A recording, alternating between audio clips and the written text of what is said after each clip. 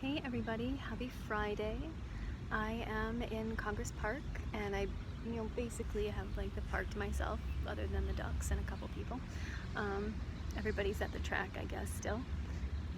Broadway's kind of like not overly packed or anything like that. But I just wanted to come on here and I don't know, just talk a little bit about something a little more heart-centered and a little more spirituality-centered today, because I've been kind of on a soapbox for a couple days in reference to somebody who's been kind of pushing a religious thing, and it kind of got me thinking more about my spirituality and how it's kind of been neglected the past year or so, the journey I embarked on into paganism, and how I would like to get more in touch with that again. And currently my altar is packed up and in storage right now, which sucks. But you don't need those tools to practice as a pagan and to have the faith that you have and the belief in spirituality that you have. You don't need tools for that. You just need your heart, and to wake up every day knowing that you honor nature and that you serve the universe around you, and are there to serve the highest good and keep it in balance as best you can and help it maintain its balance, and rejoice in it, and rejoice in what we have, and even rejoice in the things that we don't have, and understand that there is a balance in life, that you need light and you need dark at the same time, or you cannot have one or the other. It's the concept of the yin and yang, which is an Eastern concept, and it's also a pagan concept, and it's a concept in multiple faiths and multiple belief systems. But I wanted to come on because we're a couple weeks out from Loo-sah-nah, or Lammas, which is high summer, and it is the first of the three harvest festivals in the pagan belief system. The first being Loo-sah-nah, which is the wheat harvest. The second being Mabon, which is the autumn equinox, which is a personal favorite of mine. And then the next one, which is of course a favorite of mine, is Samhain. Some people say Samhain when they pronounce it the way it's spelled, but it is pronounced Samhain or Samhain, and it is Halloween. All Hallows Eve, Halloween. It is where Halloween comes from, and it is the height of the year. It is the holiest day for pagans and people who believe in a nature-based faith and a pagan faith. It is when we are at the height of spiritual activity, at the height of the worlds meshing, the planes meshing together and interacting and communicating, and it's a time of electricness, electricity, and high spiritual ability and all of that sort of thing. I'm losing my train of thought.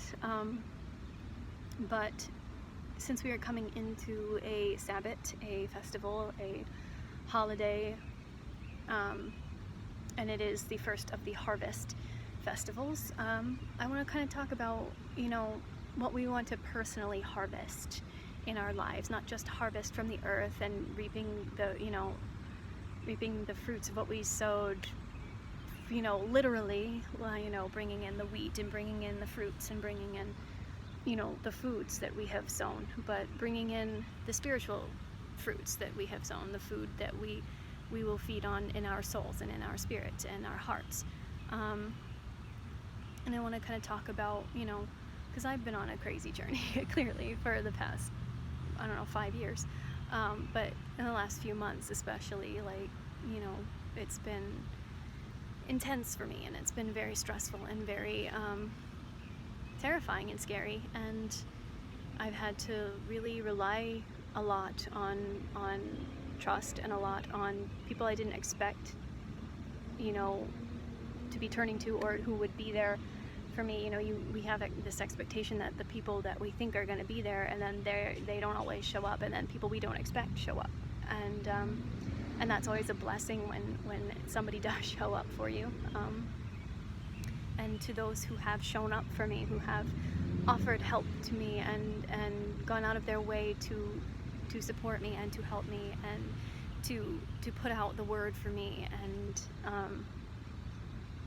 really be there for me, I am truly, truly grateful.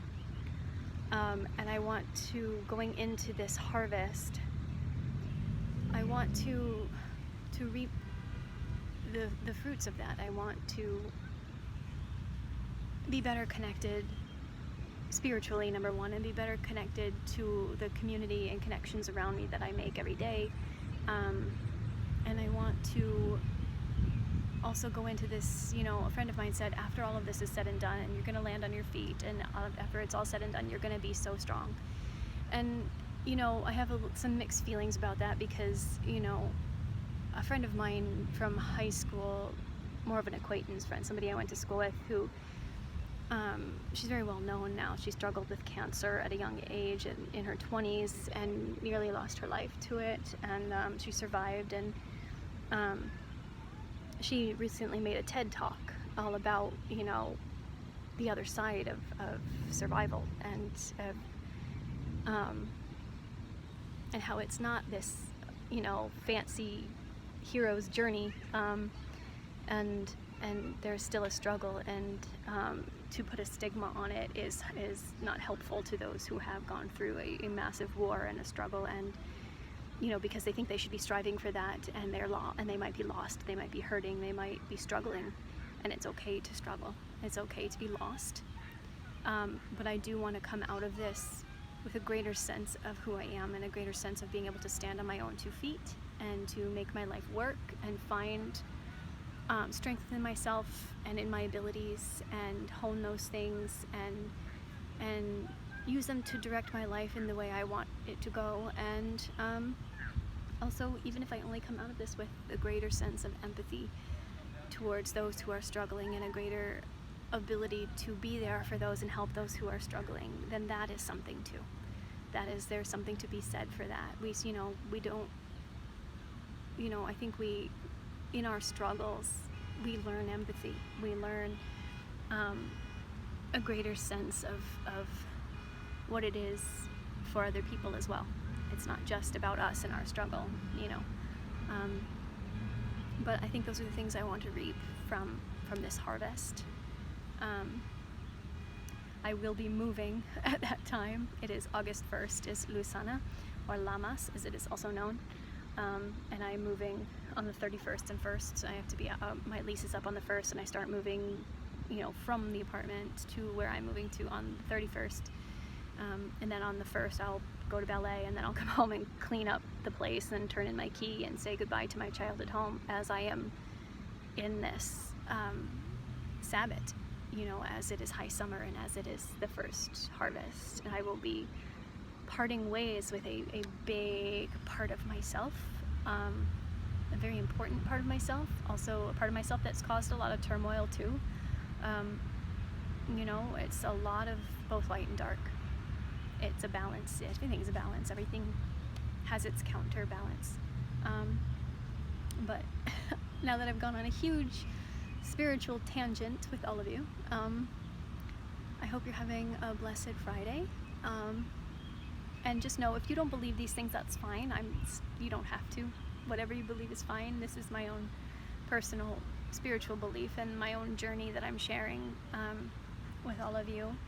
And just kind of like, you know, if anybody wants to learn anything about paganism, you know, there you go. Like, there's something. I'm still learning. I put my altar down for ballet a year ago, so, and I had just really started my journey, so I'm hoping to get back into it and be able to devote my time to both things, because I don't have to do just one or the other. I can do both. And we'll see what comes. And right now it's about being open and about accepting what comes and learning how to carry that with grace. And you know, I always say, it's like, you know, it doesn't matter what your baggage is, as long as you carry it with grace. You know, you're allowed to carry it, you're allowed to have it. Carry it with grace as best you can. Sometimes you fall on your face. Sometimes you need help and you need somebody to take a bag for you, but, you know, I want to be able to go forward from this and be able to carry myself with grace, but also still be open and honest and truthful in the fact that I'm a human and I struggle, and we're all human and we all struggle, and we don't have to hide it, and we don't have to pretend that we don't struggle, and we can be open about it and don't have to reject one another within that vulnerability. There are a lot of people I know out there that do that sort of thing. I, in recent years came face to face with stuff like that. People who want only fair weather, and if you're not fair weather all the time, then, you get pushed away. They can't handle other people's struggle. And I think it's important to be able to sit in a space with another person who's struggling, even if you have nothing that you can say, but be there with them and sit with them, hold their hand, whatever, That's a very important skill in life, is to just be present for somebody who is struggling. It's enough. It is enough. You don't have to have the words. You don't have to have a solution. Just your presence is enough. Truly, truly. Anyway, I will end my tangent and get off my soapbox and enjoy this beautiful day. I am under my oak tree at the park looking at this gorgeous willow in front of me, because as some of you know who know me, my energy aligns with the willow, feminine energy with the willow, and I'm sitting under the oak. And it's just beautiful out, and it's very hot, but it's not like overbearing. The sun is not overbearing, but it's great. It's beautiful. I'm gonna enjoy this, go get some food at the cafe, head home and do my thing. Have a blessed Friday. I love you guys so much. Bye.